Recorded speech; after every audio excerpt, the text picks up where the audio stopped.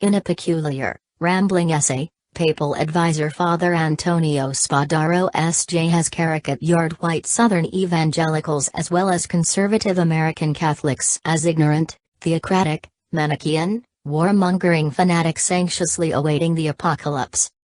It is these religious groups that are composed mainly of whites from the deep American South that push conflicts and justify belligerence, while favoring the Old Testament rather than be guided by the incisive look, full of love, of Jesus in the Gospels. The article appeared in both Italian and English in the Vatican-vetted journal La Civiltà Cattolica, of which Father Spadaro is editor-in-chief. In it, the Jesuit priest says that U.S. evangelicals and Catholics have engaged in an ecumenism of conflict that seeks to advance a theocratic type of state.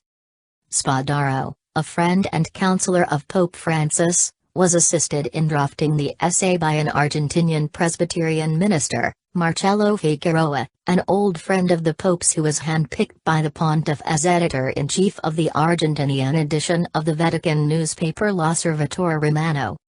Conservative Christians, the article warns, are ultimately driven by the desire for some influence in the political and parliamentary sphere and in the juridical and educational areas so that public norms can be subjected to religious morals. But is this really so? The story that has dominated religious liberty discussions in the U.S. since 2011 has been that of the Little Sisters of the Poor, a group of Catholic nuns that was harassed by the Obama administration under the HHS mandate of the Affordable Care Act and made it all the way to the Supreme Court. Do Spadaro and Figueroa really believe that the good sisters were fighting for some influence in the political and parliamentary sphere rather than simply asking to live according to their religious beliefs? The sweeping generalizations of Spadaro and Figueroa and their evident lack of familiarity with the complex religious landscape in the United States prompts concern about the quality of advice that Pope Francis is receiving from close advisors. In point of fact, the United States is one of the most religiously diverse and pluralistic countries in the world, far more than any European nation, a fact of which the authors seem woefully ignorant. Christians make up over 70% of the population, and while the largest single group is the Roman Catholic Church, there are literally hundreds of other Christian denominations as well as the vast world of non-denominational Christianity. Moreover, while Spadaro and Figueroa describe the influence of religion in American public life as a recent phenomenon, nothing could be further from the truth. They write that the American tendency to view the world in terms of good and evil and to mingle politics, morals and religion dates back to the beginning of the 20th century, with the publication of Lyman Stewart's 12-volume work, The Fundamentals. While this work did give the name to Christian fundamentalism in America, it was not nearly as influential as the authors seem to think. It was the Frenchman Alexis de Tocqueville, perhaps the greatest commentator on religion in America of all time, who in the first half of the 19th century marveled at the unique role that religion played in the young United States, so different from that in his native Europe. Despite the age of the work, it aptly describes the historical place of religion in American society and its vibrant and permanent interaction with politics and public morality.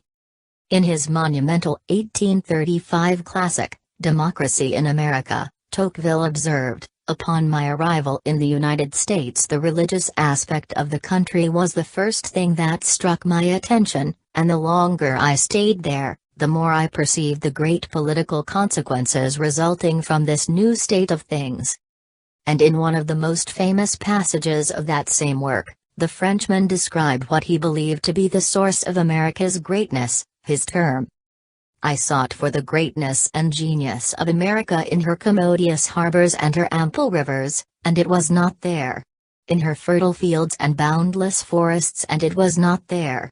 In her rich mines and her vast world commerce, and it was not there.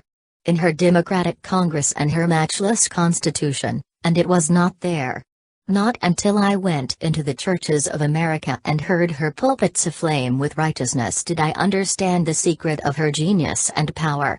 America is great because she is good, and if America ever ceases to be good, she will cease to be great."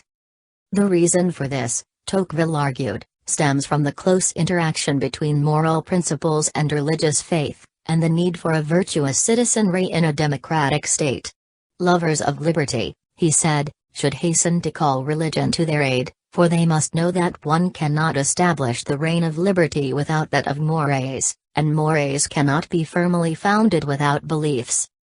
Americans' willingness to bring their faith to bear on their moral decision-making should not be confused with the straw men drawn by Spadaro and Figueroa who long for a confessional, theocratic state. It is precisely the healthy secularism in the United States and the refusal of the founders to establish a state religion that has allowed faith to play such an important role in public life.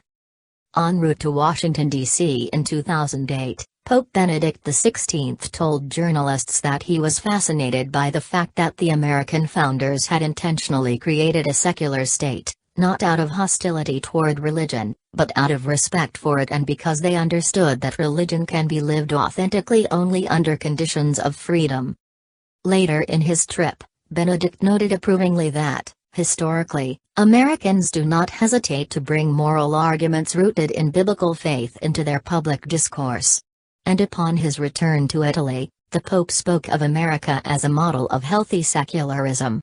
He described it as a society where the religious dimension, with the diversity of its expressions, is not only tolerated but appreciated as the nation's soul and as a fundamental guarantee of human rights and duties. To take issue with this singularly religious self-understanding, as Spadaro and Figueroa do, is to take issue with the United States itself. While the two men are of course free to do this, they should be aware that such blatant anti-Americanism will win them few friends and besmirches whatever other good work they may choose to do. While they obviously sought to harness their partisan critique to attack President Donald Trump and his chief strategist Steve Bannon, they have ended up attacking America itself. After insulting American evangelicals, in fact, Spadaro and Figueroa go on to assail those who profess themselves to be Catholic but express themselves in ways much closer to evangelicals. They are defined as value voters as far as attracting electoral mass support is concerned, the authors continue, and share a dangerous ecumenical convergence with evangelicals over shared objectives around such themes as abortion, same-sex marriage, religious education in schools and other matters generally considered moral or tied to values. One can only wonder what the authors were thinking on penning these expressions, since Pope Francis himself has weighed in repeatedly on each of these very issues, insisting that the right to life and the nature of man-woman marriage are not merely religious issues, but should be enshrined in law. So great is the value of a human life, and so inalienable the right to life of an innocent child growing in the mother's womb, that no alleged right to one's own body can justify a decision to terminate that life, he said last year in a teaching letter on marriage and the family, called Amoris Laetitia. In a bizarre irony, the authors rail against confusing the political and religious realms in the midst of their undeniably political, and indeed deeply partisan, screed. How they could get away with publishing something so puerile, bigoted and tendentious in what was once considered a very serious academic journal is a mystery. If by so doing the authors think they are acting like bridge builders, to use one of the Pope's favorite images, they are sorely mistaken. They have erected a wall of prejudice and partisan narrow-mindedness that is all but impossible to scale.